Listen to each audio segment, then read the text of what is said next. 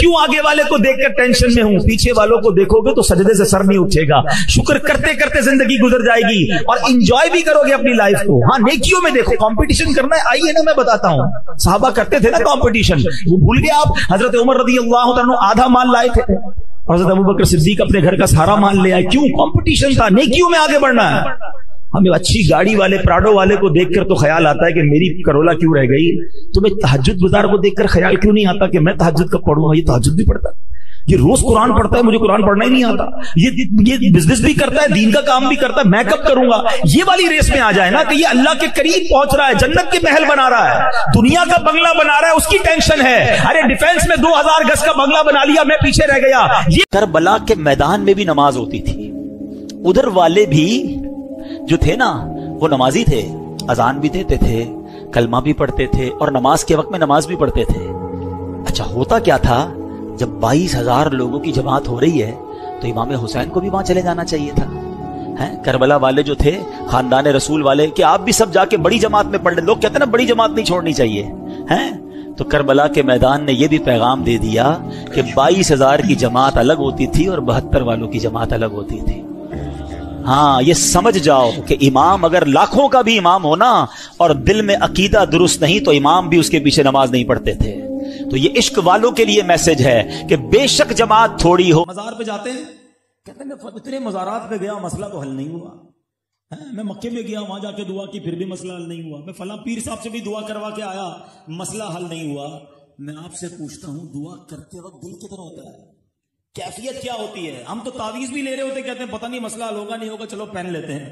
बड़ी प्यारी बात उलमा कहते हैं, फरमाते दुआ करते वक्त जिसके दिल में ये ख्याल है ना कि पता नहीं दुआ कबूल होगी कि नहीं होगी, फरमाया उसकी दुआ कबूल नहीं होगी। दुआ उसी की कबूल होगी, वजीफा उसी का इंशाअल्लाह कारआमद होगा, बरकत उसी को मिलेगी जो कामिल यकीन के साथ आए कि मैं आया हूं और रब की बारगाह से लेकर ही जाऊंगा। करीम के दर पर आया हूं, खाली हाथ कैसे जाऊंगा? अरे सखी के दर पर आया हूं, अल्लाह सखी के सदके मेरी झोली भरेगा। जो यकीन से आता है वो आज भी लेकर जाता। ये बेयकीनी है जो न तावीज काम आता है, न दुआ काम आती है, न वजीफा काम आता है। गौर कीजिए, आजमाइश आती क्यों है? हदीस पाक का मजमून है कि अल्लाह ताला की बारगाह में कुछ लोगों का एक मकाम लिखा होता है, एक समझे कि एक स्टेज लिखा है कि इस बंदे ने इधर तक पहुंचना है अल्लाह की बारगाह में, बुलंदी पर।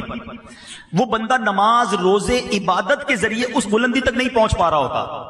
ठीक है, अल्लाह ताला उस बंदे पर आजमाइश भेजता है, वो सब्र करता है, अल्लाह उसे वो मकाम अता फरमा देता है। इसका मतलब ये हुआ कि मुझ पर बीमारी, परेशानी या प्रॉब्लम आई इसलिए कि अगर मैं सब्र कर लूं तो मेरा मर्तबा बुलंद हो जाए। मगर बेसब्री करके, नाशुक्री करके हम अपना वो मर्तबा जो मिलने वाला था वो भी जाया कर देते हैं, और मुश्किल पर जो सब्र पर सवाब मिलना था वो भी जाया कर देते हैं।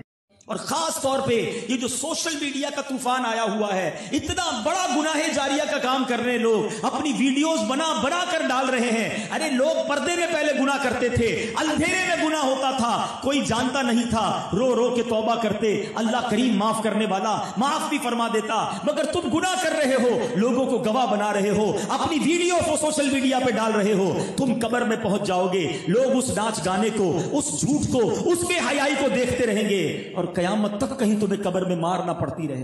ये कौन सी गलती कर रहे हो? ये किधर जा रही है हमारी नौजवान नस्ल? खुदारा सोचो। अरे काम ऐसा करके जाओ कि हम दुनिया से जाएं और रोज सवाब का तोहफा पहुंचता रहे, कि कोई बयान आपका ऐसा हो, कोई गुफ्तगू आपकी ऐसी हो, आप किसी को इज्तिमा में ले जाएं, वो नमाजी बन जाए, वो नमाज पढ़ता रहे और आपको रोज कब्र में तोहफा मिलता रहे।